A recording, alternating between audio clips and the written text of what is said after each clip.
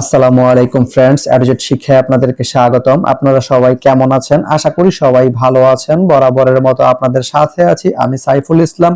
চলে এসেছি নতুন একটি ভিডিও নিয়ে। সো আজকে আমরা জানবো আপনি সীতাকুণ্ড থেকে ইমামবাড়ি যেতে কোন কোন ট্রেন রয়েছে, সেই ট্রেনগুলো ছাড়ার নতুন সময়সূচি, বন্ধের দিন এবং গিয়ে পৌঁছতে কতক্ষণ সময় লাগবে বিস্তারিত। আমি যদি আপনাদেরকে ট্রেনের সময়সূচিগুলো বলে দেই, আপনি সীতাকুণ্ড থেকে ইমামবাড়ি যেতে শুধুমাত্র একটি ট্রেন রয়েছে, সেটি হচ্ছে কর্ণফুলী। কর্ণফুলী ট্রেনটি সীতাকুণ্ড থেকে ছাড়বে সকাল 10টা 32 মিনিটে এবং এটি ইমামবাড়ি গিয়ে পৌঁছবে দুপুর 2টা 1 মিনিটে। এই ট্রেনটির কোনো অফ ডে নেই। তো আপনি সীতাকুণ্ড থেকে ইমামবাড়ি যেতে এই কর্ণফুলী ট্রেনটি ব্যবহার করতে পারেন। তো ভিডিওটি কেমন লাগলো অবশ্যই কমেন্ট করে জানাবেন।